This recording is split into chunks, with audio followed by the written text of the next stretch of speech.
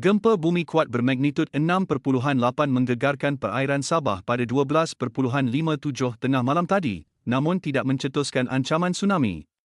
Jabatan Meteorologi Malaysia, Met Malaysia, memaklumkan pusat gempa berada pada kedalaman 678 km, kira-kira 49 km ke barat Kudat. Gegaran dirasai di beberapa kawasan termasuk Kota Kinabalu dan Penampang di pantai barat Sabah, selain turut dirasai di beberapa lokasi di Sarawak dan Semenanjung Malaysia. Seorang penduduk di Kepayan memaklumkan gegaran jelas dirasai selama kira-kira 10 saat ketika dia sedang berehat di rumah, di PPR Taman Sri Serigai, Putatan. Penghuni bertindak keluar dari kediaman dan berkumpul di Dewan sebagai langkah berjaga-jaga, manakala sebahagian lagi memilih meninggalkan kawasan dengan kenderaan.